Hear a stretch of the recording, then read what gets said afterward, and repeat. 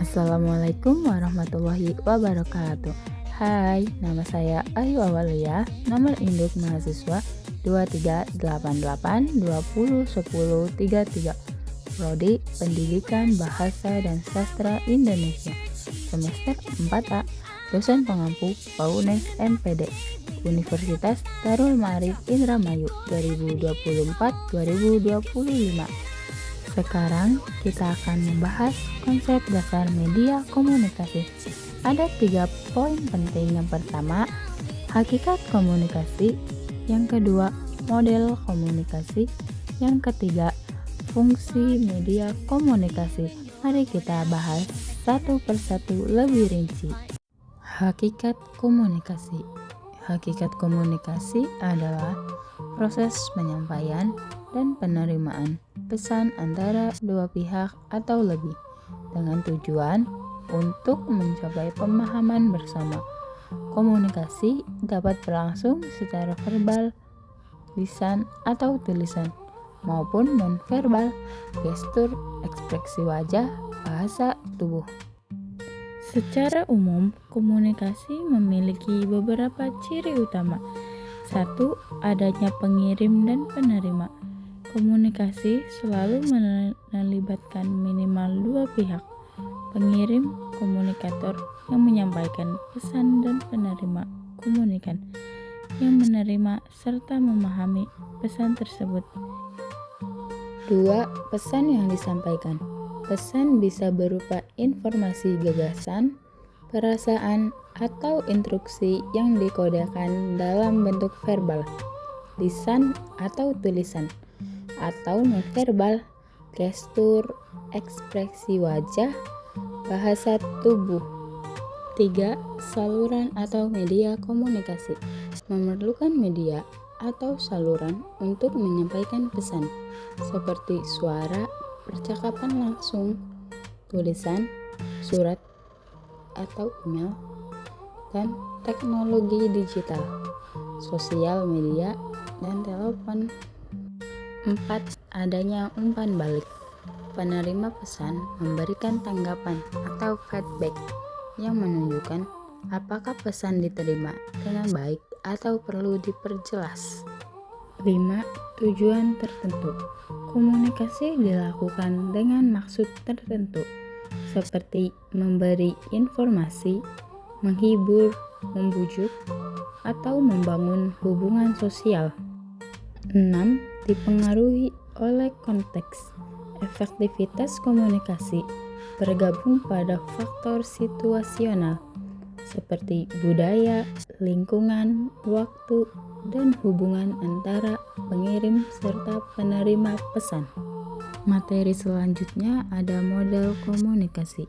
Model komunikasi adalah representasi sistematis dari proses komunikasi yang menggambarkan bagaimana pesan dikirim, diterima, dan dipahami oleh pihak yang dilibatkan. Berikut beberapa model komunikasi yang umum. 1. Model linear searah. Kedua, model interaksional dua arah. Yang ketiga, model transaksional, dinamis, dan kontekstual. 1. Model linear. Model ini menggambarkan komunikasi sebagai proses satu arah di mana pengirim menyampaikan pesan kepada penerima tanpa adanya umpan balik. Contoh dalam kehidupan: penyiar berita televisi yang menyampaikan informasi kepada penonton. Kelemahannya tidak mempertimbangkan umpan balik atau konteks komunikasi. Yang kedua, model interaksional dua arah. Model ini menambahkan umpan balik, menunjukkan bahwa komunikasi adalah proses dua arah di mana penerima dapat merespon pesan.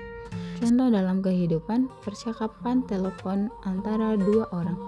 Kelebihannya mengakui bahwa komunikasi tidak hanya berjalan satu arah, tetapi ada interaksi. Yang terakhir, model transaksional, dinamis, dan kontekstual. Model ini menekankan bahwa komunikasi bersifat dinamis dan terjadi secara simultan, di mana pengirim dan penerima berperan secara bersamaan.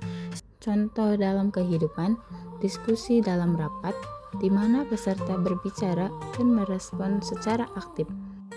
Kelebihannya mempertimbangkan faktor sosial, budaya, dan lingkungan dalam komunikasi. Materi yang terakhir, fungsi media komunikasi.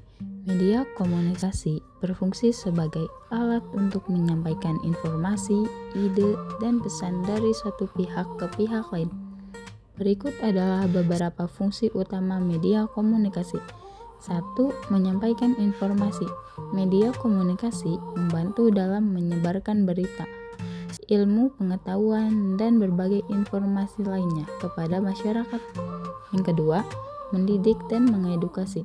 Media seperti televisi, radio, internet, dan buku dapat digunakan untuk menyampaikan materi pendidikan dan meningkatkan pemahaman masyarakat terhadap berbagai isu.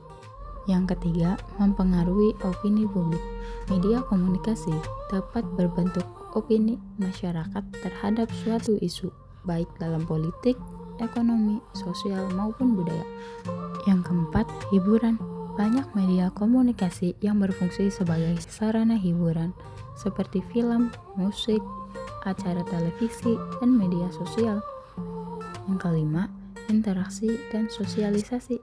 Media sosial dan platform komunikasi digital memungkinkan individu untuk berkomunikasi, berinteraksi, dan membangun jaringan sosial secara lebih luas.